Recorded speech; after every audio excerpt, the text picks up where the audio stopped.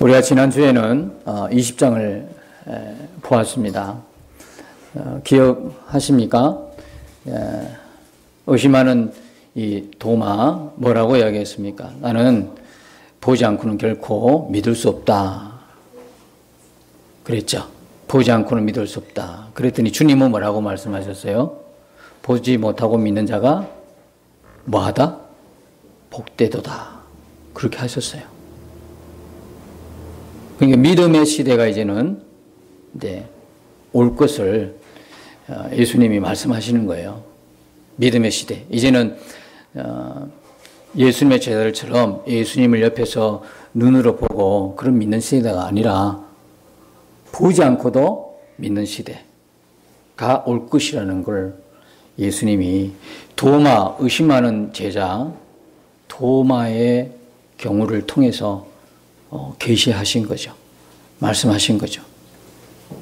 그렇게 말씀하신 것은 뭐가 있기 때문에, 앞으로 누가 오시기 때문에, 성령이 오시기 때문에 그래요. 그죠? 성령이. 이 성령님은 예수님처럼 우리가 육신의 눈으로는 볼 수 없는 분이죠. 그러나 제자들이 예수님 옆에서 이렇게 살았지만 이 성령님은 우리 안에 오신다는 거예요. 누가 더 친밀합니까? 누가 더 가깝습니까? 옆에서 봅니까? 한 몸이 되는 것입니까? 한 몸이 되는 것입니다. 제자들보다도 우리가 훨씬 정말 믿음에 유리한 조건을 갖고 있습니다. 성령님이 우리 안에 오시는 거예요. 그렇기 때문에 우리가 보지 않고도 믿을 수 있게 된 것이죠. 왜? 성령님이 우리에게 그 믿음을 견고하게 하시고 주시는 분이시니까. 그 다음에 두 번째는 말씀이죠. 성경이 이제 우리에게 주어지니까. 그 이전까지는 성경이 완전하지 않았죠. 구약 성경. 그러니까 예수님께서 결국 엠마오로 가는 두 제자에게 부활하신 주님을 보고도 모르는, 알지 못하는 그 두 제자와 동행하면서 예수님께서 하신 것은 무엇입니까? 구약 성경을 통해서 말씀을 풀어 해석해 주신 거예요. 풀어서 설명해 주신 거예요. 그때 말씀을 듣는 그들이 눈이 밝아졌다고 했어요. 제자들에게 예수님이 나타나셨을 때 하신 일이 또 뭐죠? 여전히 부활하신 예수를 의심하고 믿지 않은 제자들에게 믿음 없는 그 마음들을 책망하시면서 예수님이 하신 것은 모세의 율법과 그다음 선지자의 글과 시편을 통해서 이미 약속하고 예언된 그 약속의 성취라는 걸 말씀하시죠. 예수님의 죽으심과 예수님의 부활이 이미 시편에 그리고 선지자의 글에서 모세의 율법에서 다 어떻게 됐다? 약속된 거죠. 예언된 것의 성취라는 걸 말씀하시는 거예요.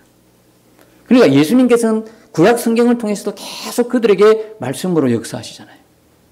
그때 그들의 눈이 밝아진 거예요. 근데 이제 예수님이 뭘 완성하는 거예요? 사도들을 통해서 성경을 이제 신구약 완성체로 온전한 계시의 말씀으로 우리에게 이제 주어질 것을 아시고 이제 보지 않고 믿는 자가 복되도다. 왜? 말씀은 그냥 어떤 책이 아니고 어떤 소설이 어떤 사람의 의견이 아니라 하나님의 말씀이기 때문에. 그래서 요한복음 20장 31절에 보니까 그 요한복음을 기록한 목적, 성경을 기록한 목적이 누구죠? 그게 뭡니까? 예수가 하나님의 아들로 오신 그리스도임을 믿게 하고 그 다음에 믿음으로 말미암아 뭘 얻게 함이라? 생명을 얻게 하려 함이니라. 그러니까 예수가 하나님의 아들 그리스도임과 그리고 그 예수를 믿음으로 우리에게 생명을 주고자 하는 게 뭐냐면 성경이 기록된 목적이라는 거예요. 그걸 딱 제자들에게 그죠? 그 성경의 기록 목적까지를 이렇게 보여주시잖아요. 그 성경 하나로 충분합니다. 이 성경 외에 또 우리가 구원받을 수 있는 것이 없습니다. 그죠? 성경입니다. 제가 이번에 전도할 기회가 있어서 지난 금요일 날 멀리 좀 다녀왔습니다. 보통 제가 이 말씀에 대한 확신이 없었을 때, 신앙에 좀 신앙에 어린 때가 있을 때는 성경이 이게 앞서지를 못했습니다. 제가 한번 해보려고 했습니다. 그때는 예수님의 이름으로 능력 사역을 행하려고 했습니다. 예전에는 그렇게 했습니다. 실제적으로 주님이 그 서툰 일에도 주님이 역사해 주셔서 창피를 안 당하고 부끄러움을 안 당하게 하신 것은 너무 고맙지만 어려도 너무 어리다고 생각이 들었습니다. 그러니까 이번에는 제가 다른 것 할 마음이 없었습니다. 앞으로도 그럴 마음 전혀 없습니다. 옛날에는 가면 예수 그리스도의 이름으로 뭐 귀신을 내쫓고 뭐 이런 어떤 걸 했겠습니다만은 이제는 딱 하면 어떤 마음이 제 마음에 들어오냐면 하시는 분은 주님이신데 주님을 예배하자. 예배하지 않는 그 공간에서 하나님을 높이드리고 찬양하고 기도하고 말씀의 능력이 나타나도록 그 말씀 그대로를 선포하고, 그죠? 하나님께 예배하면 하나님이 하실 거라는 그 믿음이 생기더라고요. 그러니까 아무것도 안 해요. 뭐 솔깃 사람들에게 기대하려고 하는 마음 그 자체를 차단시킵니다. 어떤 사람이 영험이 있어, 어떤 사람 능력이 대단해, 어떤 사람이 정말 은사가 대단해, 이런 것은 이제는 그만. 오직 아무리 악기가 동원되지 않고 아무리 화려하지 않아도 뭐 준비가 되지 않아도 오직 우리의 최고의 몸, 악기, 하나님을 찬양하는 이 악기 몸으로 아무런 반주가 받쳐지지 않아도 좀 서툴어도 뻑뻑해도 우리 입술을 다하여 진심으로 예배하고 찬양하고 그럴 때에 하나님이 그 공간 속에서 하나님의 역사를 믿게 된 것이고 그 믿음이 제게 있었기 때문에 다른 것 안 하고 예배만 드렸어요. 전도 현장에 예배할 수 있다는 게 너무너무 감사하더라고요. 그러니까 여러분, 우리가 구원받는 데는요, 말씀 하나로 충분합니다. 보지 않고도 충분히 믿을 수 있도록 성령이 임했죠. 말씀이 있죠. 그럼 어떻게 더?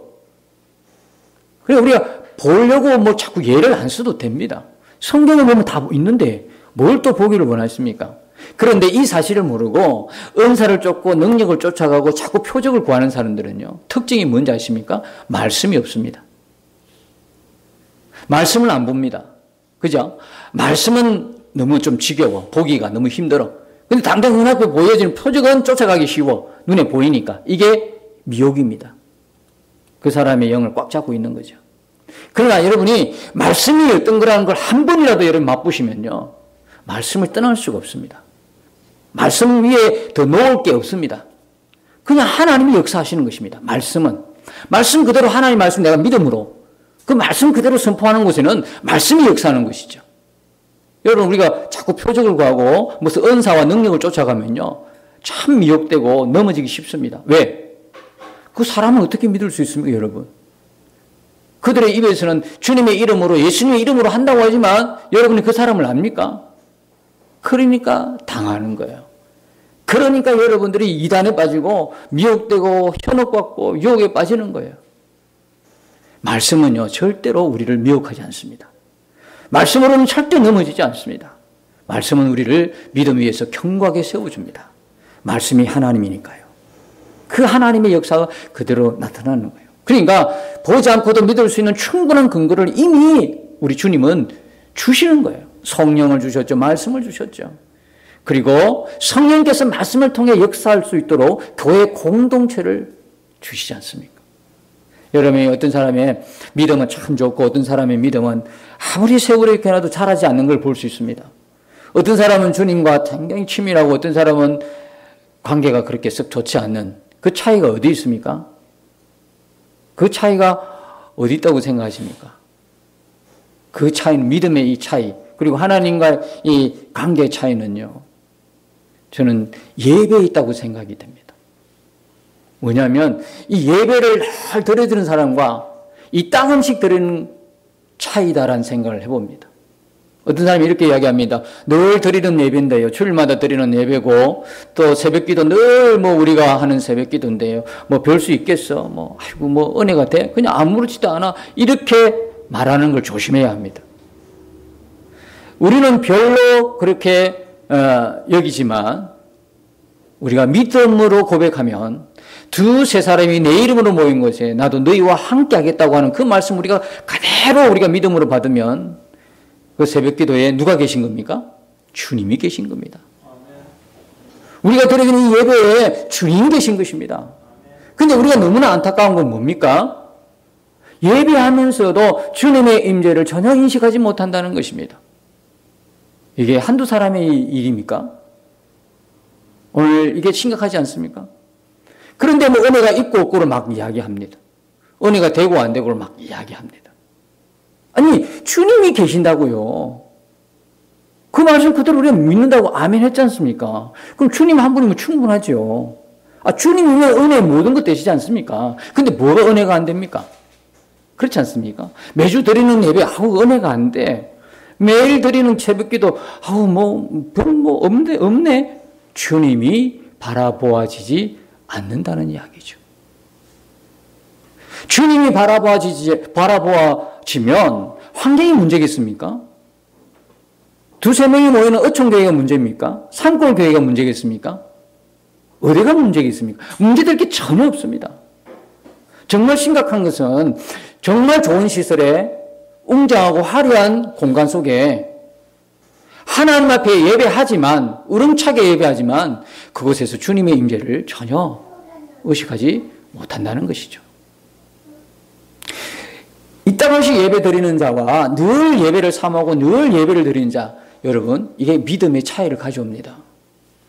매일 새벽기도 뭐 특별한 일 없을 것 같죠? 그 사람이 늘 새벽기도 노는 게 특별한 일입니다. 여러분 주일마다 예배 드리죠?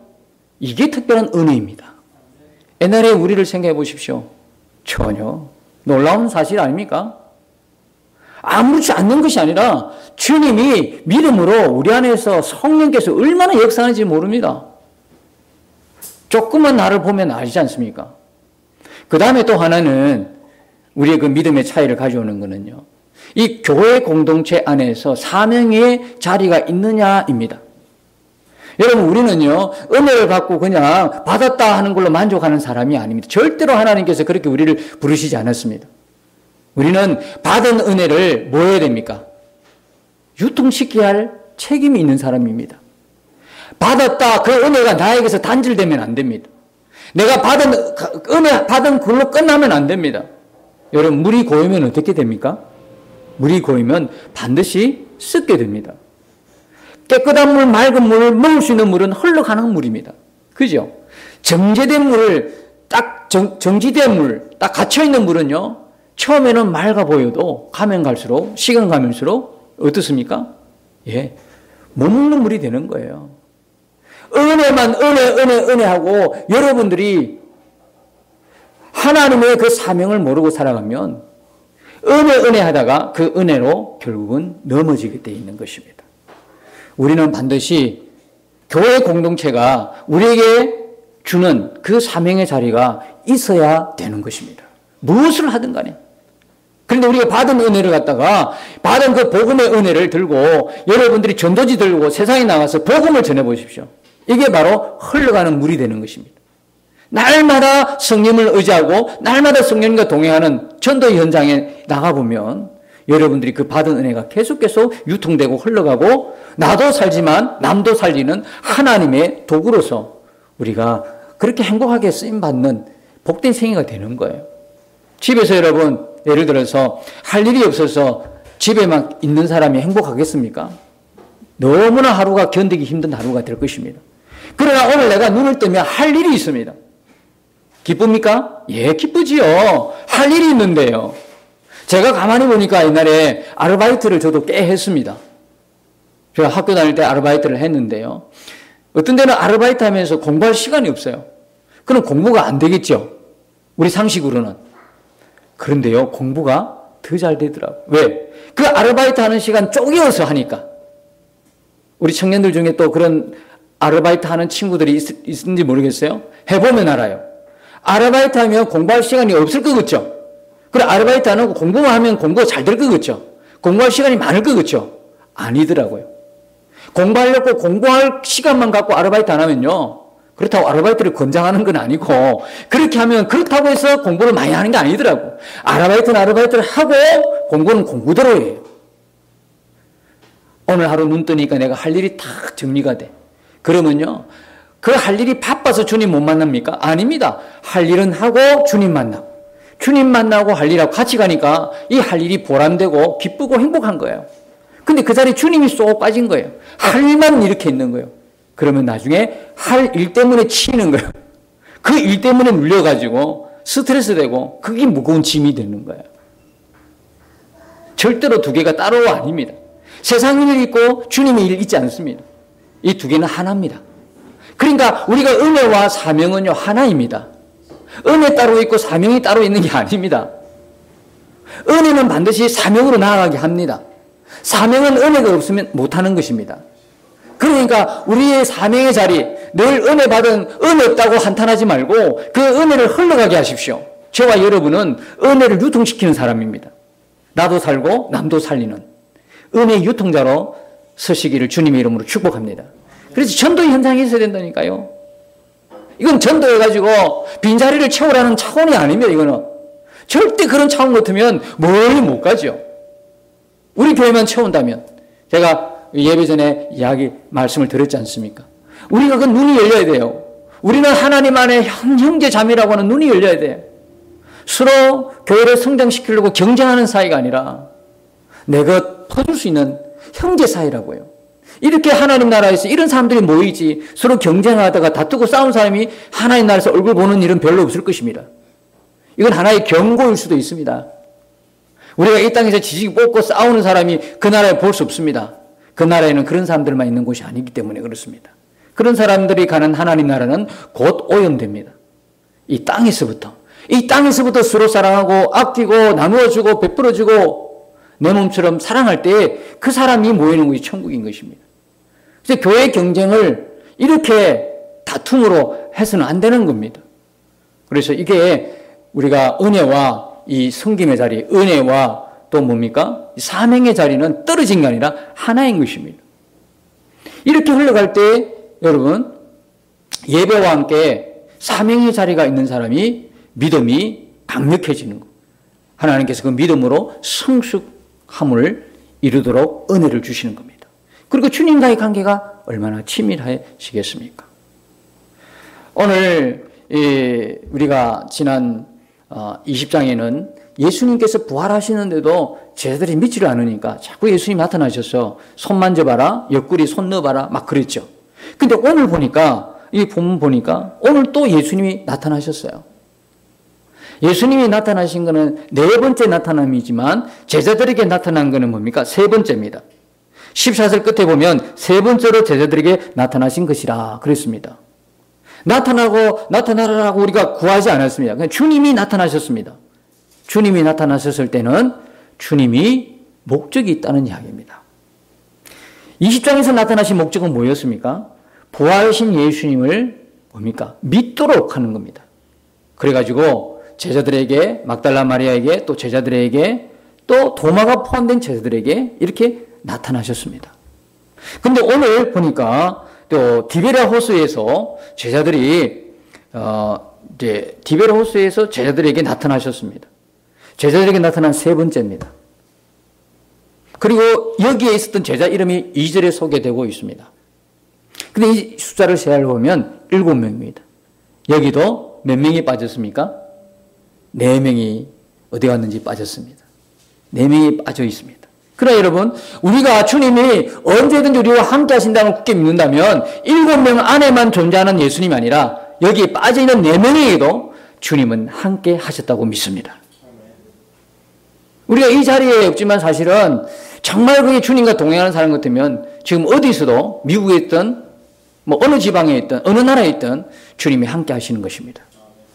그래서 이 제자들에게 7명의 제자들에게 주님이 나타내 보이셨습니다. 근데 3절에 보니까 베드로가 이제 뭐라고 이야기합니까? 나는 물고기 잡으러 간다. 그렇게 하니까 주변의 제자들이 다 물고기 잡으러 가는 것입니다. 그런데 문제는 물고기를 이렇게 잡으러 갔다가 아무것도 잡지 못한 상태, 흐트러진 상태, 밤새 수고했지만 수고한 아무런 대가가 없는 상태, 허무한 상태, 그죠? 시리에 빠진 이 상태, 힘 빠진 상태에서 주님이 만나시는 겁니다. 주님이 만나는 배경이 바로 이런 상황입니다. 그럴 때 주님이 첫 마디가 뭐냐면 이 말씀이었습니다. 얘들아 너에게 고기가 있느냐? 그랬더니 그들의 대답은 뭐였습니까? 없나이다. 없나이다. 그랬습니다. 여러분 뭐가 생각되어지는 것이 없습니까? 이게 인생입니다. 하나님 없는 인생입니다. 하나님 없는 인생 밤새 수고했지만 아무것도 없습니다. 남는 게 없는 인생입니다. 6절에 보니까 예수님이 그들을 배 오른편에 그물을 배 오른편에 던지라 그리하면 잡으리라 하시니까 어떻게 됐습니까? 배가 큰 물고기가 배에 가득하게 잡혔는데 몇 마리라고요? 153마리. 어디에 나와 있습니까? 모나미 볼펜에 153. 그 모나미 볼펜 그래서 153입니다. 이게요, 153마리가 잡힌 게 가상현실에서 일어난 게 아닙니다. 꿈에서 본 게 아닙니다. 환상에서 본 게 아닙니다. 실제입니다. 여러분 자꾸 여러분의 그 필요를 주님 모른다고 막 그냥 그런 분이 있는데 아닙니다. 주님은 정확하게 아십니다. 그리고 우리의 필요를 채우신 분이 주님이십니다. 153마리는 가상의 현실에서 일어난 게 실제적인 사건이라니까요. 153마리 큰 물고기가 가득 채워졌습니다. 여러분의 삶에도 주님의 가득하심, 채우심의 역사가 있는 것입니다. 그것도 날마다 있게 되는 것입니다. 자, 그랬을 때 여러분 이 상황을 보면 뭐가 생각이 납니까? 어느 장면이 생각이 납니까? 이 상황 어디서 많이 본 거겠죠? 누가복음 5장에 가보면 여기는 디베랴 호수지만 그건 게네사렛 호숫가에서 뭐 똑같은 곳입니다만은 거기에서 보면 처음으로 예수님 베드로 만나는 그 장면이죠. 그때는 뭐라고 했습니까? 밤새 낚아 아무것도 없어. 그때는 예수님이 어디 가서 낚아를 했습니까? 그물을 내려 했습니까? 깊은 곳에 가서. 기억나시죠? 깊은 곳에 가서. 그랬더니 밤새 한 마리도 못 잡았는데 예수님 말씀 듣고 가서 낚았더니 배가 이제 완전히 배가 가라앉을 정도로 가득 찼어요. 기억나시죠? 여기도 보니까 오른편에 던지라 했더니 153마리나 이제 이렇게 낚아진 사건이에요. 여러분 이 사건을 보면서 뭐가 언뜻 생각이 납니까? 하나님 없는 인생은요, 아무리 밤낮 수고해도 나중에는 결국은 전도서의 기자가 이야기한 것처럼 고백인 것처럼 헛된 거예요. 아무것도 남지 않는 인생이 되는 거예요. 그러니까 요한복음 15장 5절에 이런 말씀이 있지 않습니까? 나를 떠나서는 너희가 아무것도 할 수 없느니라. 여러분 이거 어떻게 하면 좋겠어요? 저와 여러분의 이미 결정났어요. 운명은요. 주님을 벗어나고는 물을 떠난 물고기와 똑같은 거예요. 여러분 근데 이 사실이요. 행복해야 돼. 물을 떠난 물고기 어떻게 되겠습니까? 곧 말라 죽습니다. 그런데 주님을 떠나서는 그렇게 된다고 하는 이 말이 죽는다고 하는 의미에서는 듣기 싫은 소리지만 주님을 떠나서는 내가 아무것도 할 수 없다는 게 여러분이 이 메시지를 들으면서 지금 여러분 마음에 드는 거예요. 감사의 마음이 드는 사람은 진짜 하나님을 사랑하는 걸 아는 사람입니다. 진짜 하나님 마음 깊이 주님을 사랑하는 자가 나는 하나님을 떠나서 아무것도 할 수 없어 이 말이요. 그렇게 듣기 싫은 말이 아니라 오히려 너무나 듣고 싶은 말이 되는 거예요. 여러분도 그렇습니까? 저는 그렇습니다. 나를 떠나고서 너희는 아무것도 할 수 없다. 예, 지당하십니다. 아멘입니다. 그 말씀. 내가 왜 내 인생에 예수를 믿겨도 실패합니까? 예, 주님과 나와의 관계를 먼저 점검해 보셔야 합니다. 지금 우리는 모든 관심이 사업이 잘 되고 뭐가 안 되고 이런 게 관심이 있어요. 내가 지금 내 삶에 풍성하냐 아니면 부족하냐 여기에 관심이 있어요. 주님의 관심은 그거 아니에요. 주님의 관심은 우리의 관계예요. 지금 내가 주님을 떠나 있는 거예요. 지금 떠나고 좋은 걸 바라고 있지는 않습니까? 나를 떠나서는 아무것도 할 수 없다. 이 말씀이 내게는 너무나 복음이에요. 그 앞에 뭐가 있기 때문에요? 나는 포도나무요 너희는 가지. 그가 내 안에 내가 그 안에 있으면 어떻게 된다고요? 사람이 열매를 맺는데 보통 열매를 맺는 게 아니에요. 많은 열매를 맺느니라. 주님의 열매를 맺어간다는 거예요. 주님의 열매라는 것은 우리가 보는 그런 열매가 아니에요. 주님의 열매, 주님 안에서 풍성히 누리는 주님과의 그 풍성한 열매예요. 그러니까 우리는 이 말씀이 너무 감사한 거예요. 나를 떠나서는 아무것도 할 수 없다. 예, 아멘입니다, 주님. 저는 주님을 절대 떠날 수 없습니다, 주님. 주님과 꽁꽁 묶어주세요. 믿음이라는 말이 어떤 뜻이라 그랬죠? 나를 주님 앞에 묶는다는 거예요. 나를 주님 앞에 묶는 게 믿음이라고요. 주여 나에게 믿음을 주소서. 내 소원은 한 가지, 주님 앞에 묶여지는 거예요. 묶여지는 정도가 아니라 주님과 하나 되는 거죠. 하나 되는 거죠. 자, 오늘 이렇게 여러분들이 이 장면을 한번 상상을 해보세요. 예수님께서 오셔서 물고기 다 낫게 하시고, 그래 이제 이게 지쳐가지고 이제 왔어요. 왔는데 예수님이 생선을 이제 구워서 기다리고 있는 거예요. 그리고 하나씩 먹으면서 12절에 보니까 와서 조반을 먹어라. 제가 시간이 없어서 이걸 리얼리하게 정말 디테일하게 여러분 그림처럼 설명 못 드려서 참 죄송한데, 여기에 어느 성경에 이처럼 정말 정밀하게 세밀하게 요즘 것처럼 입체적으로 이렇게 설명한 곳이 어디 있습니까? 다른 복음서와 달리 요한복음의 특징은 뭐냐면, 다른 복음서는 예를 들어서 말로 할 거를 요한복음은 그림처럼 펼쳐놨는다는 것입니다. 다른 복음서가 회개하라 하나님 나라 가까웠느냐 이렇게 말씀하시면, 요한복음은요, 요한복음 2장에 가나 혼인잔치에서 물이 포도주 되게 입체적으로 펼쳐주시는 겁니다. 하나님 나라가 임했다는 걸 그렇게 펼쳐주시는 거예요.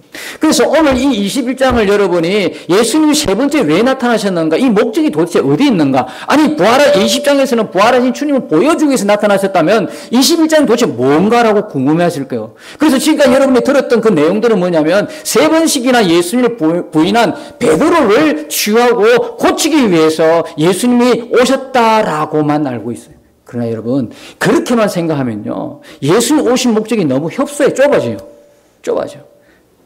왜 그것만 생각하면 안 되냐면, 여기 하나님 없는 인생이 아무것도 없는 인생, 그죠? 아무것도 잡지 못한 인생이 베드로에만 국한되어 있습니까? 지금도 그렇지 않습니까? 지금도 그래. 지금도 많은 사람들이 하나님이 없기 때문에 아무것도 낚을 수 없는, 빈손을 들고 있을 수밖에 없는 베드로뿐만 아니라 모든 사람이 하나님 없다면 그렇게 되는 거죠. 그 다음에 4절에 보면 그 예수님을 알지 못하는 게 베드로뿐입니까? 부인한 사람이, 배신한 사람이 베드로뿐입니까?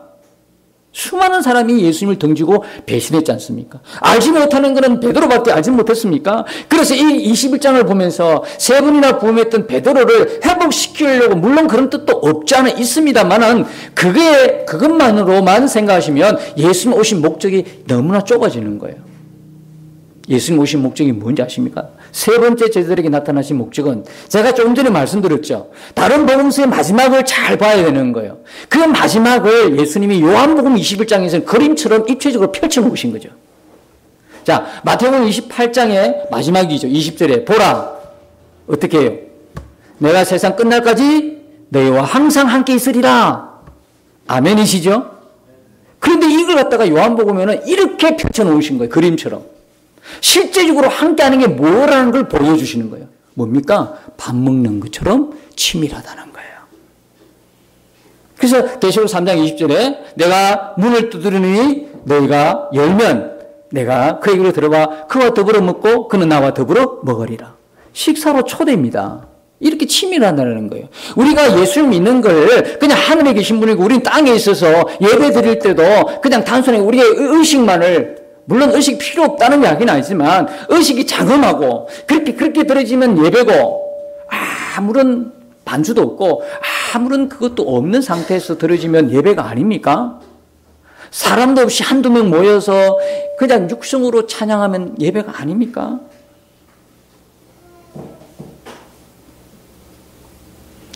우리는 그 생각을 빨리 떨쳐야 돼요. 영원토록 함께 하시는 주님, 그걸 지금 입체적으로 우리에게 보여주고 있는 거예요. 그래서 세 번째 나타난 의도는, 세 번째 이렇게 하는 거, 구체적으로 내가 너희를 요한복음 14장 18절처럼 내가 너희를 고아처럼 버려두지 않겠다고 하는 것이 그냥 단순한 말이 아니라는 걸 보여주시는 거예요. 이렇게 너희와 가까이 있다는 거예요. 이걸 지금 보여주시고 나타내기 위해서 예수님이 오셨다는 거예요. 세 번째로 제자들에게. 그죠? 너무 놀랍지 않습니까? 너무나 놀라운 거예요, 이 장면은. 근데 예수님이 가시고 나면 그러면 끝입니까? 아니죠. 더 디테일하게 누가 오십니까? 성령이 오시는 거예요. 성령이 누구에게? 믿는 우리 안에 오셔서 우리와 함께 사는 거예요. 우리가 예배 드리면서 조차도 우리와 함께 계시는 그 예수님 보지 못한다는 게 너무 안타깝잖아요. 그 예수님, 나와 함께 하시는 그 예수님이 바라보아지면 어떤 상황, 어떤 문제가 더 이상 문제가 되지 않는, 정말 놀라운 일들이 지금 우리 가운데 일어나고 있다는 사실입니다. 보지 못하고도 충분히 믿을 수 있는 모든 것 주셨고, 그리고 그분이 지금 우리와 함께 계시고 더 자세하게, 더 분명하게 우리에게 지금도 말씀하고 있는 분이라는 사실을 우리는 알아야 될 것입니다. 여러분, 이번 한 주간 이렇게 예배를 이제 시간에, 물론 예수님 계시지만, 그죠? 이제 여러분 예배를 마치고 세상 가운데 나가지 않습니까? 직장 나오고 가정으로 돌아가지 않습니까? 절대로 여러분 혼자가 아닙니다. 누구와 함께 계십니까? 예수님이 여러분과 함께 계시는 겁니다. 여기에 분명한 눈을 떠야 됩니다. 우리가 지금 동행하는 거요, 정말 잘하는 것입니다. 정말 우리에게 부어주신 하나님의 사랑과 은혜인 것입니다. 이 은혜를 여러분이 같이 공유하고 같이 볼 수 있고 같이 누릴 수 있기를 주님 이름으로 축복합니다. 이것만큼 진짜 귀한 은혜 없습니다. 여러분, 그래서 단 몇 줄이라도 좋으니까, 한 줄이라도 좋으니까 여러분들이 하루에 주님을 바라보면서 있었던 그 일들을 기록으로 남기십시오. 기록하지 않으면 내가 그 주님의 일을 싹 잊어버립니다. 우리는 너무나 잊기 쉬운 존재예요. 단 한 줄이라도 좋습니다. 그래서 주님의 은혜를 계속 기록하면서 그 은혜를 기억하고 나갈 때 여러분들은 오늘보다도 내일이, 내일보다도 이번 주보다 다음 주가 더 날마다 주님과의 동행이 친밀해지고 주님과의 관계가 더 가까운 복된 여러분의 생애가 될 줄로 믿습니다. 오늘 21장에 이렇게 예수님이 제자들에게 나타나신 그 목적, 그 의도, 한 개인의 회복뿐만 아니라 우리 모두를 성령님으로 인하여 친밀한 관계로 초대하시는 주의 음성을 들으시고 이번 한 주간도 여러분이 즐겁고 행복한 주님과 손붙들고 함께 살아내는 복된 한 주간이 되시기를 예수님 이름으로 축복합니다.